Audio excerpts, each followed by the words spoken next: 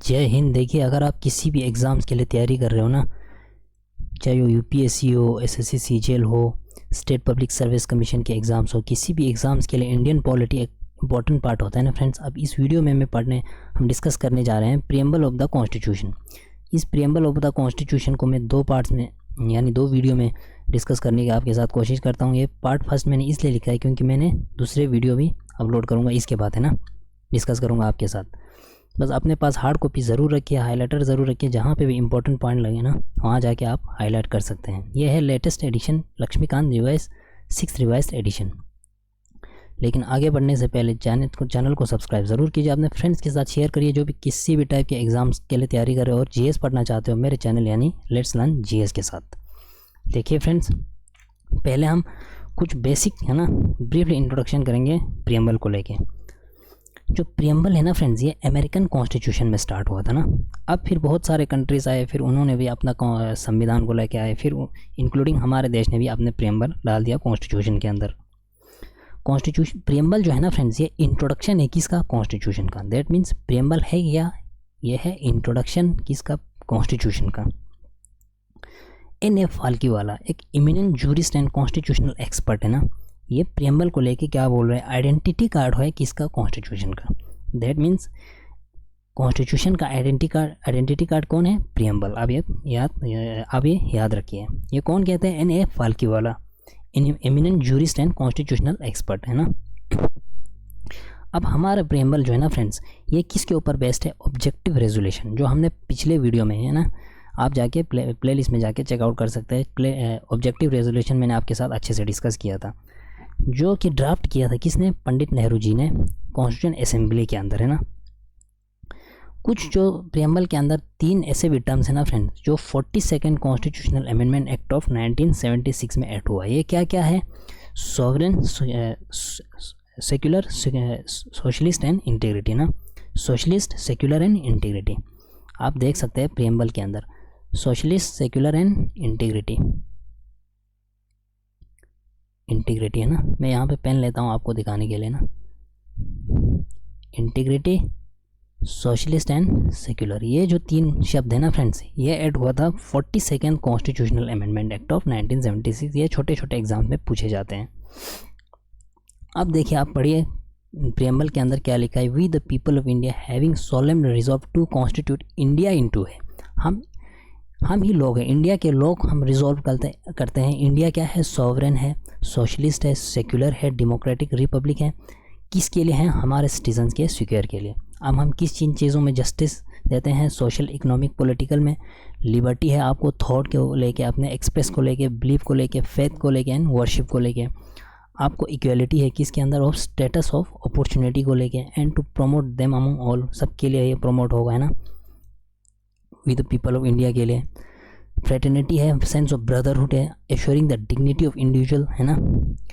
किसके लिए, unity and integrity of the nation, हमारे कंट्री के यूनिटी एंड इंटीग्रिटी के लिए। अब ये जब कॉन्स्टिट्यूशन असेंबली में हुआ था ना फ्रेंड्स, कब हुआ था ये सिग्नेचर प्रियम्बल हमारा, 26 day of November 1949। That means आज का दिन जो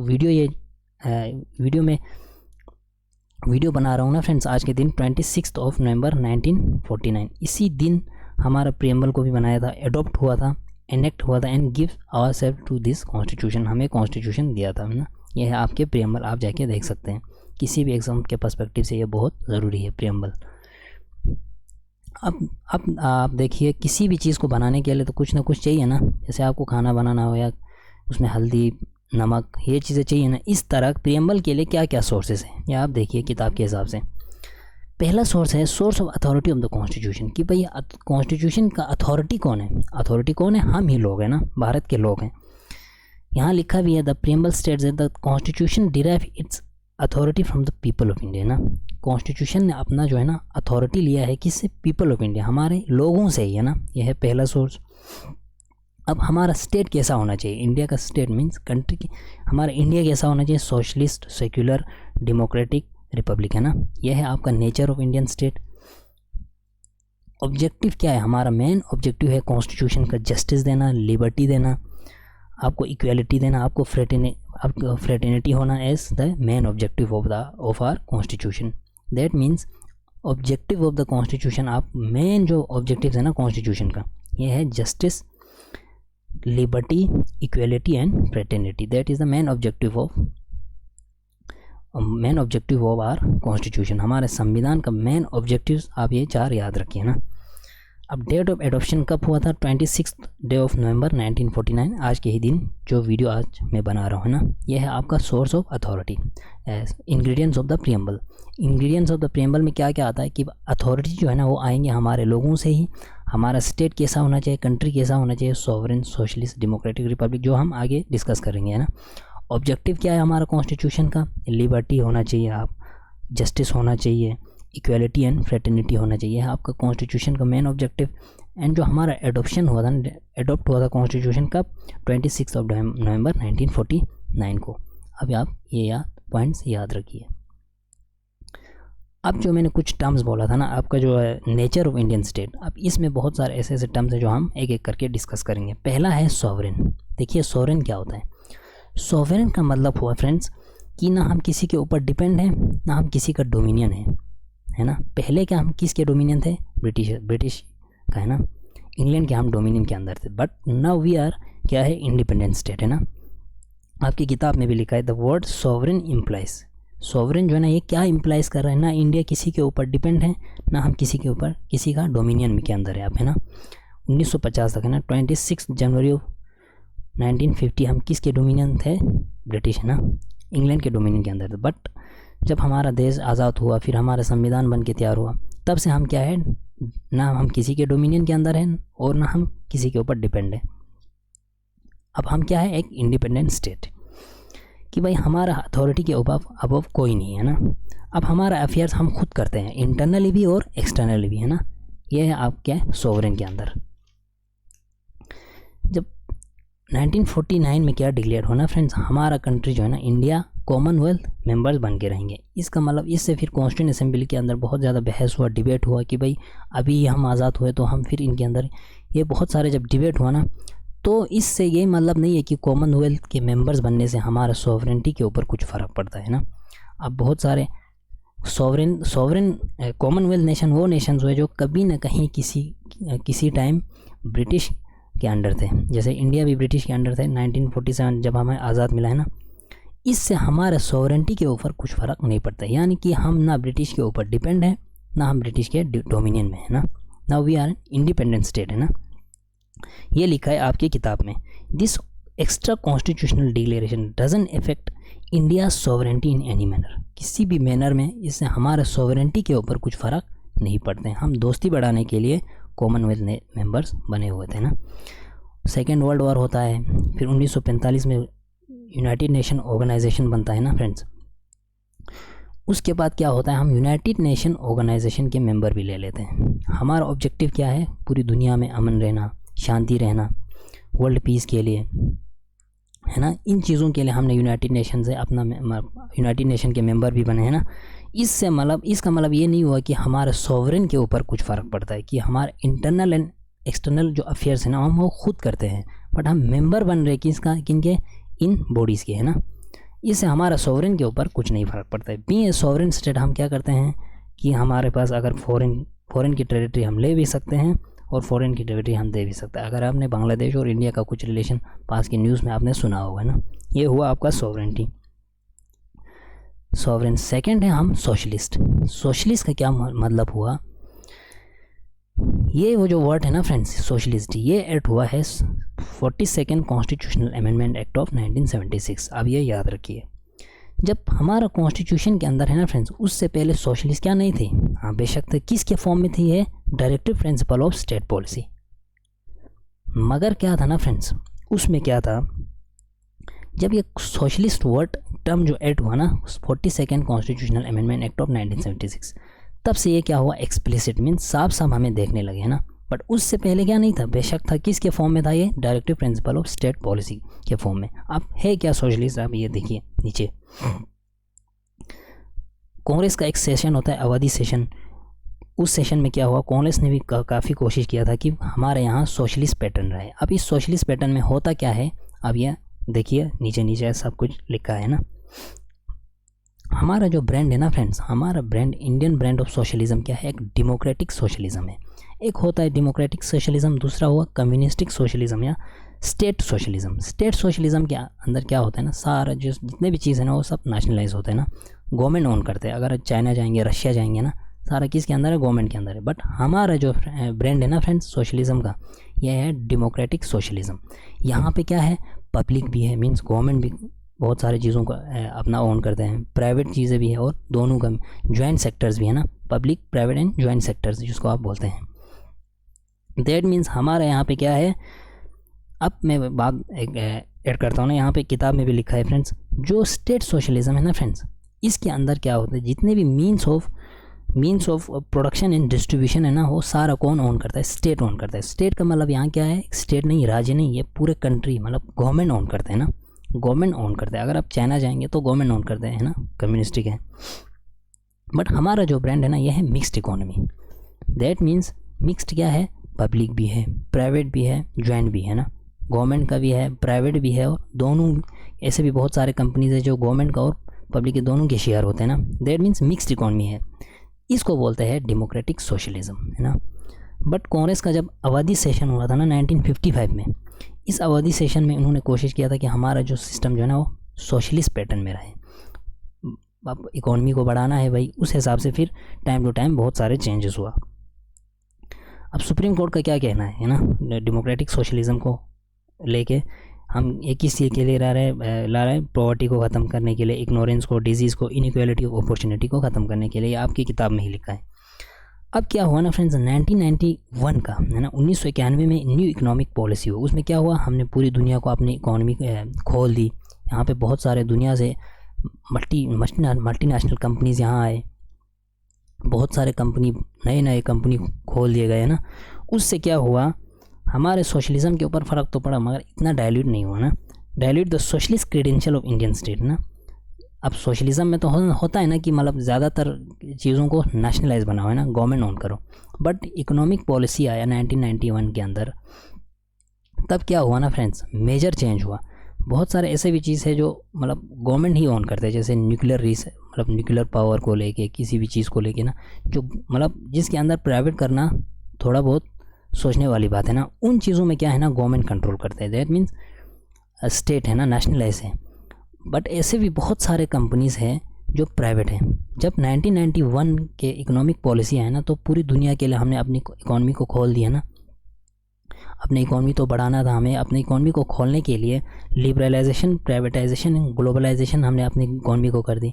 उसके बाद क्या हुआ ना फ्रेंड्स, सोशलिस्ट का जो है ना क्रेडेंशियल थोड़ा डाइल्यूट हुआ, है ना, होना ही था, क्योंकि बहुत सारे प्राइवेट कंपनीज इंडिया में आए। ये हुआ आपका सोशलिस्ट। थर्ड है भाई फ्रेंड्स आपके सेक्युलर। सेक्युलर जो शब्द है ना, ये ऐड हुआ है 42nd constitutional amendment act of 1976। इसका मतलब ये नहीं है कि फ्रेंड्स हमारे कॉन्स्टिट्यूशन मेकर्स यानी संविधान जो बना रहे थे, उनका ये सोच नहीं था कि हम कि सेक्युलर को नहीं डालेंगे ना। ये बेशक था, किसके अंदर है, आज भी है ना, article 25 to 28 granting the fundamental rights to freedom of religion have been included in the constitution. Constitution के अंदर बेशक है, मगर हमने इसको एक्सप्लिसिट कर दिया किसके through, 42nd constitutional amendment act of 1976, है ना, ये आपकी किताब में ही है। हमारा कॉन्स्टिट्यूशन जो है ना फ्रेंड्स, हमारा सेक्युलरिज्म जो है ना, ये एक पॉजिटिव कंसेप्ट ऑफ सेक्युलरिज्म है ना। जैसे हमने पिछले वीडियो में पढ़ा था, वेस्टर्न सेक्युलरिज्म में क्या है ना, चर्च और पॉलिटिक्स यानी रिलीजन और पॉलिटिक्स बिल्कुल अलग है। यहाँ पे ऐसा तो है नहीं, पॉजिटिव सेक्युलरिज्म है। हमारे यहाँ मल्टी रिलीजन कंट्री है, बहुत सारे अलग अलग धर्मों के लोग हैं ना, इनको रेस्पेक्ट देते हैं हम, all religion in our country irrespective of their strength, है ना। स्ट्रेंथ के नहीं देके हम यहाँ पे सबको क्या है, same status and support from the state से हमें सेम सपोर्ट मिलता है। दैट मीन्स हमारा सेक्युलरिज्म क्या है, एक positive concept of secularism. Why, because कि यहाँ पे हमारे यहाँ मल्टी रिलीजन लोग हैं ना, अलग अलग धर्मों के लोग यहाँ रहते हैं। दैट मीन्स ये हुआ सेक्युलर। आपके कीवर्ड्स में थर्ड टर्म हुआ, है ना। इसके बाद है फ्रेंड्स डेमोक्रेटिक। डेमोक्रेटिक का मतलब क्या हुआ कि जो सुप्रीम पावर है ना, डेमोक्रेसी के अंदर क्या होता है, सुप्रीम पावर अल्टीमेट तो लोगों के पास ही होता है। लोग जाके इलेक्ट करते हैं, चुनते हैं, है ना, फिर जाके संसद में भेज देते हैं। That means ultimate power democracy के अंदर क्या कौन होता है, supreme power by the people, है ना। अब डेमोक्रेसी के 2 टाइप्स है, direct and indirect. Indirect indirect democracy, the people exercise दिया supreme power directly as is case in Switzerland, है ना। अब पढ़े लिखे देश है स्विट्जरलैंड, तो बहुत मतलब है ना फॉरवर्ड कंट्री है, ये स्विट्जरलैंड जैसे कंट्री में काम करते हैं। अब इसके है ना फ्रेंड्स, डायरेक्ट डेमोक्रेसी के 4 मेन डिवाइसेस है। ये क्या क्या है? रेफरेंडम। रेफरेंडम में क्या होता है ना, कोई भी पॉलिटिकल डिसीजन होता है ना, वो लोगों के पास रखते हैं ना कि आप इसको एक्सेप्ट करो या मत करो, ये हुआ रेफरेंडम। ये मतलब पढ़े लिखे देशों में ना, मतलब बहुत ज़्यादा डेवलप कंट्रीज़ में काम करेंगे ना, पढ़े लिखे देशों में। दूसरा हुआ इनिशिएटिव, सरकार को कुछ इनिशिएटिव लेना होगा तो लोगों के पास रखते हैं कि भाई इसको लेना है कि नहीं लेना है ना, ये होता है। रिकॉल हुआ कि भाई अगर आपने किसी को इलेक्ट करके भेज दिया कहीं पे ना, संसद या असेंबली के अंदर भेज दिया, तो लोग जाके फिर उसको मतलब वोट करके फिर उसको निकाल भी सकता है, ये हुआ रिकॉल। प्लेबिसाइड होता है कि भाई आपको ऑप्शन दिया जाता है कि आप उसके साथ रहना है, इसके साथ रहना है, इंडिपेंडेंट रहना है। ये मतलब ज़्यादातर आपने जब कश्मीर हिस्ट्री पढ़ेंगे ना तो प्लेबिसाइड हुआ था कि भाई यहाँ जो प्रिंसली स्टेट है ना, आपने पढ़ा होगा कि प्रिंसली स्टेट्स को ऑप्शन दिया गया है अंग्रेज़ों ने कि आप यहाँ जाएंगे, यहाँ जाएंगे या इंडिपेंडेंट जाएंगे ना, इंडिपेंडेंट रहना चाहते हो, ये हुआ प्लेबिसाइड। ये कि कुछ 4 डिवाइस है किसके अंदर, डायरेक्ट डेमोक्रेसी के अंदर। अब ये बहुत ज़्यादा डेवलप कंट्रीज़ में काम करते हैं जैसे स्विट्ज़रलैंड, है ना। इनडायरेक्ट डेमोक्रेसी है ना, हमारे यहाँ क्या इनडायरेक्ट डेमोक्रेसी को कहते हैं representative elect by the people exercise supreme power and thus carry on government and make the laws, है ना। हमारे यहाँ क्या है रिप्रेजेंटेटिव, हमारे इसको कहते हैं इनडायरेक्ट डेमोक्रेसी। यहाँ पे क्या होता है ना, हम लोग जाके इलेक्ट करते हैं किसी को, है ना, फिर जाके वो सरकार बनाती है, फिर सरकार जाके ना फिर नियम बनाती है ना, ये हुआ हमारा ब्रांड ऑफ डेमोक्रेसी। अब इस ब्रांड ऑफ डेमोक्रेसी को कहते हैं रिप्रेजेंटेटिव डेमोक्रेसी। क्यों हम किसी को इलेक्ट करते हैं, फिर हमारा रिप्रेजेंटेटिव बना के हम संसद में भेज देते हैं ना। अब इस रिप्रेजेंटेटिव डेमोक्रेसी के 2 टाइप्स है, एक है पार्लियामेंट्री, दूसरा है प्रेसिडेंशियल। पार्लियामेंट्री हमारा पार्लियामेंट्री है जो हमने ब्रिटिश सिस्टम को अडॉप्ट किया था ना, दूसरा है प्रेसिडेंशियल जो अमेरिकन प्रेसिडेंशियल सिस्टम है ना। अब हमारे डेमोक्रेसी है इनडायरेक्ट, जिसको हम कहेंगे रिप्रेजेंटेटिव डेमोक्रेसी। अब हमारे इंडिया के हमारे संविधान ने क्या दिया है हमें, रिप्रेजेंटेटिव पार्लियामेंट्री डेमोक्रेसी दिया है, जो मैंने पहले आपसे बोला कि भाई हम इलेक्ट करके फिर लोगों को हम भेज देते हैं, फिर वो जाके हमारे नियम बनाते हैं ना, ये हुआ। अब इस पार्लियामेंट्री डेमोक्रेसी के अंदर क्या होता है ना फ्रेंड्स, एग्जीक्यूटिव जो है ना, जो लॉ को इम्प्लीमेंट करते हैं, वो किसके ऊपर रिस्पॉन्सिबल है, लेजिस्लेचर के ऊपर, जो लॉ को बनाते हैं कानून को। अब हमारे इस इनडायरेक्ट यानी पार्लियामेंट्री डेमोक्रेसी के अंदर क्या क्या है, यूनिवर्सल एडल्ट फ्रेंचाइज है, आपको राइट टू वोट है, periodic election, time to time election भी होते हैं, रूल ऑफ लॉ है, इंडिपेंडेंस ऑफ जुडिशरी है ना, supreme court, high court independent है, किन से, एग्जीक्यूटिव ऑफ लेजिस्लेचर से। एब्सेंस ऑफ डिस्क्रिमिनेशन, हमें किसी भी काइंड ऑफ डिस्क्रिमिनेशन नहीं है on certain grounds that are manifestation of democratic character of Indian polity. ये हमारे इंडियन पॉलिटी का एक डेमोक्रेटिक कैरेक्टर है ना फ्रेंड्स, ये आपने अच्छे से समझे होंगे। अब हमारा जो डेमोक्रेटिक जो है ना फ्रेंड्स, ये हमें प्रियम्बल में यूज़ किया है। क्यों इसलिए यूज़ किया है, नॉट ओनली पॉलिटिकल बट है ना, यहाँ पे नॉट ओनली पॉलिटिकल डेमोक्रेसी कि भाई आप लोग किसी को जाके आप वोट, ऐसे ही नहीं, हमारे यहाँ सोशल भी है और इकोनॉमिक डेमोक्रेसी भी है। Social and economic democracy is also included in our constitution, है ना। अब 25 नवंबर 1949 में कॉन्स्टिट्यूंट असेंबली के अंदर डॉक्टर B.R. अम्बेडकर खड़ा होकर क्या कहते हैं कि भाई social law and economic democracy एक दूसरे के ऊपर इंटरकनेक्टेड है। Social, economic and political democracy एक दूसरे के ऊपर क्या है, इंटरकनेक्टेड है। ये कहते हैं डॉक्टर B.R. अम्बेडकर जी, है ना। The principle of liberty, equality and fraternity not to be treated as separate items in an trinity, कि भाई हम लिबर्टी, इक्वलिटी एंड फ्रेटर्निटी को एक दूसरे से हम अलग नहीं कर सकते, है ना। कि भाई अगर आपकी लिबर्टी है, फॉर एग्जांपल आप लिबर्टी है, पूरा फ्रीडम है, तो कुछ लोगों के पास ही पावर जाएंगे तो नीचे के सेक्शंस को दबाएंगे, है ना। ऐसा भी नहीं है, विदाउट लिबर्टी इक्वलिटी ही नहीं है। अगर आपके पास इक्वलिटी है, अगर आपके पास लिबर्टी नहीं है, वो भी नहीं चलेंगे। क्यों लिखा है, equality without liberty would kill the individual initiative, है ना। जैसे आप कोई टैलेंटेड इंसान होगा, आप कोई इनिशिएटिव लेंगे ना, ये नहीं ना कि कोई नीचे मतलब जिसको कुछ आता नहीं है, फिर आपको इक्वलिटी कहाँ से होगा। जैसे आप कोई इनिशिएटिव, गवर्नमेंट को आप मतलब एडवाइस दे रहे कि भाई ये इनिशिएटिव ले लीजिए फॉर, हमारे कंट्री के अच्छे के लिए, फॉर एग्जांपल आप मान के चलो अब ये नहीं है ना कि कोई किसी को कुछ आता ही नहीं होगा उसका भी ये गवर्नमेंट ये इनिशिएटिव ले लेंगे, ऐसा नहीं है ना। इसमें तो इक्वलिटी कहाँ होगा फिर। इससे क्या होता है, हमारा एक इंडिविजुअल इनिशिएटिव है ना वो किल हो जाता है ना, ख़त्म हो जाता है। That means equality, fraternity and liberty है ना हमेशा साथ में होना चाहिए, ये बोला था डॉक्टर बी आर अम्बेडकर साहब ने।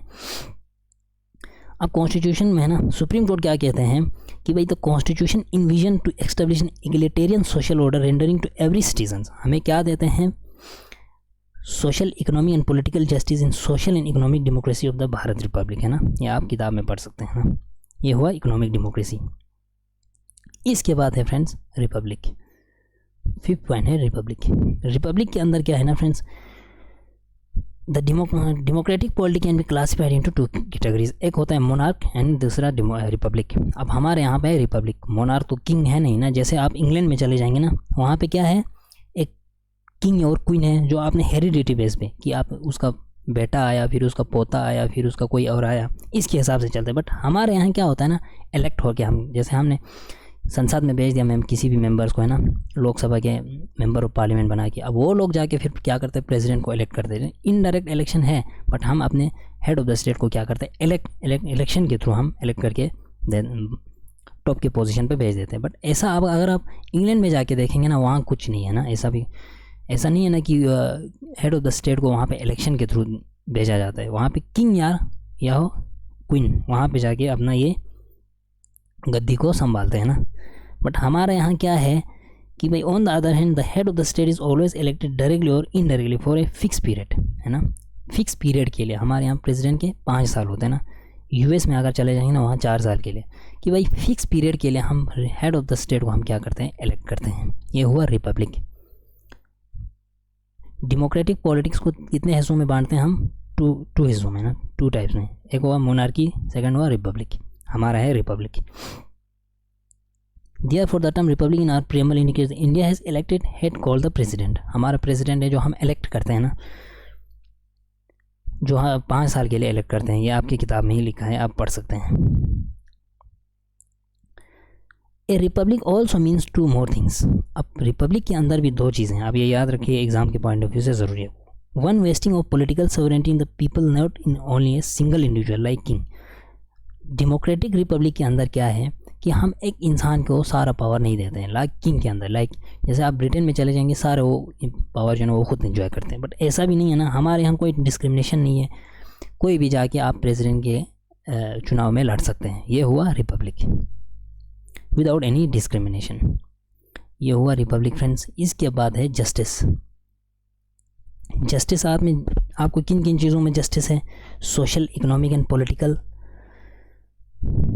Square through various provisions of fundamental rights and directive principles, है ना। आपको बहुत ज़्यादा मतलब बहुत सारे फंडामेंटल राइट्स भी है और डायरेक्टिव प्रिंसिपल्स के अंदर आपको social, economic and political justice दे देते हैं। लाइक सोशल डेमोक्रेसी में क्या होता है, जस्टिस में विदाउट एनी डिस्टिंक्शन कि भाई आप किस कास्ट से है, किस कलर के है, किस रेस के है, किसके धर्म से मतलब आप बिलोंग करते हैं, ऐसा कुछ भी नहीं है। हम भारत को, है ना, भारत के अंदर जितने भी नागरिक है, सिटीजन है, सारों को देते हैं social justice without any distinctions based on caste, colour, race, religion, sex and so on. इन चीज़ों में हमें कोई भेदभाव नहीं है, सब के लिए सोशल जस्टिस, समाज में सब बराबर, है ना। कि भाई हमारे यहाँ पे बहुत सारे lower sections of backward classes है, जैसे एसटी से SCs and OBCs and women, सारों को क्या है, एक सोशल जस्टिस है। ये है सोशल जस्टिस, आपको समाज में सबके लिए हक बराबर। इकोनॉमिक जस्टिस में क्या है ना फ्रेंड्स, इस इकोनॉमिक जस्टिस के अंदर इकोनॉमिक फैक्टर्स के हिसाब से किसी को डिस्क्रिमिनेशन हम नहीं करेंगे। जैसे ग्लेरिंग इनइक्वालिटीज़ इन वेल्थ, किसी के पास बहुत ज़्यादा है तो किसी के पास नहीं है, ऐसा भी नहीं है। गवर्नमेंट आपको किसी के पास नहीं है, बहुत सारे इनिशिएटिव्स या स्कीम्स लेके आते हैं कि क्योंकि हर किसी को क्या करे, इनइक्वालिटीज़ वेल्थ ऑफ, इससे ख़त्म होने के लिए ना इनकम में आपको बराबरी होना चाहिए, प्रॉपर्टी में आपको बराबरी होना चाहिए। अब जो ये सोशल एंड इकोनॉमिक जस्टिस को मिला के हम बोलेंगे डिस्ट्रीब्यूटिव जस्टिस, है ना। Social and the combination between the social and economic justice is called as distributive justice. Political justice के अंदर क्या है ना फ्रेंड्स, आपको राइट टू वोट है, equal access to political office है, आप भी प्रेसिडेंट के लिए चुनाव के लिए जा सकते हो, प्राइम मिनिस्टर के लिए जा सकते हो, बड़े बड़े मंत्री आप बन सकते हो ना, ये है आपके पॉलिटिकल ऑफिस में आप जा, equal voice in the government के अंदर आपको इक्वल वॉइस है, गवर्नमेंट को लेके आप कुछ भी मतलब कुछ भी नहीं, आपके हिसाब से अपना थॉट, या फिर यहाँ पे हमने बोला था ना लिबर्टी ऑफ थॉट एक्सप्रेशन है ना, लिबर्टी ऑफ थॉट है आपको अपने एक्सप्रेस को लेके। ये हुआ जो आइडियल ऑफ जस्टिस है ना friends, social, economic and political, ये हमने लाया था रशियन रेवोल्यूशन ऑफ 1917 से, ये आपने अच्छे से समझे होंगे। दैट मीन्स हम अगर थोड़ा सा ऊपर देखेंगे तो जस्टिस किसके अंदर है, social, economic and political. Socially कैसे, आपको समाज के अंदर कोई डिस्क्रिमिनेट नहीं करते हैं, किसके ऊपर, किसको लेके, कास्ट को लेके, रिलीजन को लेके, सेक्स को लेके, रेस को लेके ना, कोई ये नहीं है। समाज में जैसे दूसरा भी है वैसे आप भी हैं, हम भी हैं ना, सब बराबर हैं। हमने मतलब बहुत सारे नीचे के सेक्शंस ऑफ पॉपुलेशन है ना, जैसे एसटी हुआ, एससीज हुआ, ओबीसीज, वुमेन, उन सारों को भी अपलिफ्ट करने के लिए हम सब समाज में बराबरी से हक देते हैं, सोशल जस्टिस। उसके बाद है पॉलिटिकल जस्टिस की भाई आपको भी पॉलिटिकली बड़े बड़े ऑफिस में जाने की ये है, मतलब जस्टिस है कि भाई प्रेसिडेंट भी बन सकते हैं, प्राइम मिनिस्टर भी बन सकते हैं। ये हुआ पॉलिटिकल राइट्स, आपको भी है right to vote, universal adult franchise, जब आप 18 साल से ऊपर जाएंगे ना आपको राइट टू वोट है, वोट जाके आप वोट भी दे सकते हैं। ये हुआ पॉलिटिकल जस्टिस। अब ये जो social, economic and political justice है, हमने लिया था रशियन रेवोल्यूशन ऑफ 1917 से। ये हुआ जस्टिस। इसके बाद जो आज का लास्ट टॉपिक है वो है फ्रेंड्स लिबर्टी। इसके बाद हम दूसरा जो रेस्ट बचता है ना वो हम करेंगे नेक्स्ट वीडियो में, लिबर्टी। अब लिबर्टी में क्या है ना फ्रेंड्स, लिबर्टी का मतलब क्या है ना, absence of restaurant on the activities of individual. आपको अपने काम से है ना, ऐसा काम नहीं कि भाई आप स्टेट के आगे जा रहे हैं ना, कंट्री के आगे जा रहे हैं, वो काम जो कंट्री के अच्छे के लिए और आपके अच्छे के लिए ना, यहाँ लिखा भी है, and at the same time providing opportunities for the development of individual personalities. आपके पर्सनैलिटीज़ को लेके या आप कंट्री के लिए कुछ काम करने जा रहे हैं उसको लेके आपको कोई रेस्ट्रेंट या मना नहीं है, इनकार नहीं है, डिनाई नहीं है ना। ये हुआ liberty. Liberty means freedom. Freedom है किसको लेके, आपके इंडिविजुअल पर्सनैलिटीज़ को लेके, and activities of individual at the same time providing opportunity, और आपको अपॉर्चुनिटी भी देते हैं किस चीज़ को लेके, डेवलपमेंट ऑफ इंडिविजुअल पर्सनैलिटी को, आपके पर्सनैलिटी को लेके आपको अपॉर्चुनिटी दे देते हैं। दैट मीन्स लिबर्टी है, फ्रीडम है ना। अगर आपके स्टेट के आगे जा रहे हैं ना तब जाके आपको वहाँ पे रेस्ट्रेंट है। अगर आप अपने पर्सनैलिटी और स्टेट के अच्छे के लिए कुछ या कंट्री के अच्छे के लिए कुछ कर रहे हैं ना, काम कर रहे हैं, उसमें आपको कोई रेस्ट्रेंट नहीं है। That means liberty. अब प्रियम्बल के अंदर हमें लिखा हुआ है साफ साफ लिबर्टी ऑफ थॉट, आपके सोच को लेके, आप उस अच्छे सोच को लेके कैसे एक्सप्रेस कर रहे हैं इसको लेके आपको लिबर्टी है। बिलीव को लेके, फेथ को लेके एंड वर्शिप को लेके ना। दो their fundamental rights enforcement in court of law in case of violation. अगर आपका ये चीज़ें है ना, ये आपको फंडामेंटल, ये तो सारे फंडामेंटल राइट में हमें अच्छे से पढ़ना है ना, वहाँ पे जब फंडामेंटल में पहुँचेंगे वहाँ अच्छे से डिस्कस करेंगे। अगर आपका ये जो फंडामेंटल राइट है ना, जैसे कि आपके वर्शिप को लेके, एक्सप्रेशन थॉट, अगर ये वायलेट हो रहा है ना, आप जा सकते हैं कोर्ट में, सुप्रीम कोर्ट में, रिट्स के थ्रू, जो हमने आगे पढ़ना है, हॉब्स कॉर्पस, ये चीज़ें है ना 5 रिट, वहाँ आप आगे जाके फंडामेंटल राइट में हम कॉन्स्टिट्यूशनल रेमेडीज जब पढ़ेंगे ना वहाँ पे अच्छे से पढ़ना है ना। अगर ये वायलेट हो रहा है ना रिट्स के थ्रू, आप कोर्ट में जाके, आप वायलेशन के थ्रू अगर आप फंडामेंटल वायलेट हो तो आप कोर्ट में जाके ये कर सकते हैं ना। ये हुआ आपके प्रेम्बल के अंदर भी डाला है लिबर्टी। अब लिबर्टी को डाला क्यों है, देखिए friends, for successful functioning of Indian democratic system है ना, इंडिया के हमारे लोकतंत्र को बचाने के लिए, काम अच्छे से लोकतंत्र को ऊपर रखने के लिए हमने लिबर्टी को अपने प्रियम्बल के अंदर डाल दिया। वो liberty does not mean is not, इसका मतलब ये नहीं कि डस नॉट मीन कि license to do what one's like and has to be enjoyed within the limitations mention in the constitution itself, कि भाई आपको लाइसेंस ये दी जाती है कि आपको जो करना है करो, ऐसा भी नहीं है ना। कुछ लिमिटेशंस ज़रूर है कि वंस लाइक, अगर आप किसी, जैसे कि आप स्टेट के आगे जा रहे हैं ना, फॉर एग्जांपल मान के चलो आप अगर किसी के आगे जा रहे हैं लिबर्टी बोल के, ये नहीं कि मैं किसी के कुछ भी बोल दूँ, ऐसा भी नहीं है। कुछ लिमिटेशन ज़रूर है जो हमारा संविधान के अंदर मेंशन्ड है, और हम आगे आगे देखेंगे क्या क्या है ना। इसका मतलब हुआ हमारा लिबर्टी एब्सोल्यूट नहीं है, बट ये क्या है, क्वालिफाइड है। ये आपकी किताब में लिखा है, एब्सोल्यूट नहीं, क्यों, ये क्या है, क्वालिफाइड है। क्यों नहीं है, कुछ चीज़ों में हमें लिमिटेशंस ज़रूर हैं।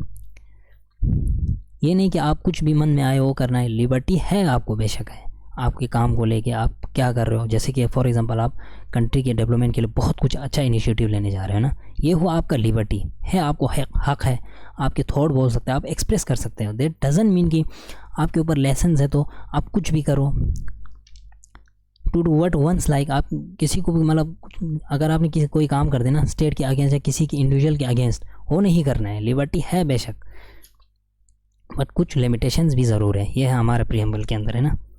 अब ये ideals of liberty, equality of fraternity जो है ना, हमारे प्रियम्बल को कहाँ से लाया है, फ्रेंच रेवोल्यूशन। फ्रेंच रेवोल्यूशन जब हम हिस्ट्री में पढ़ेंगे ना अच्छे से, वहाँ पे आपको समझ आएगा ना। फ्रेंच रेवोल्यूशन लाया था, जो हुआ था फ्रेंच रेवोल्यूशन कब, 1789 टू 1799। इसके बाद जो बचता है ना फ्रेंड्स, कुछ 2-4 टॉपिक्स वो हम पढ़ेंगे नेक्स्ट टॉपिक में मिलेंगे। नेक्स्ट टॉपिक में आप अच्छे से पढ़िए, मेरे साथ पढ़िए अच्छे से, अपने पास हार्ड कॉपी रखिए, हाईलाइटर ज़रूर रखिए, जहाँ पे भी इंपॉर्टेंट पॉइंट लगे ना वहाँ पे आप हाईलाइट कर सकते हैं। मिलेंगे नेक्स्ट टॉपिक में, तब तक के लिए जय हिंद, थैंक यू।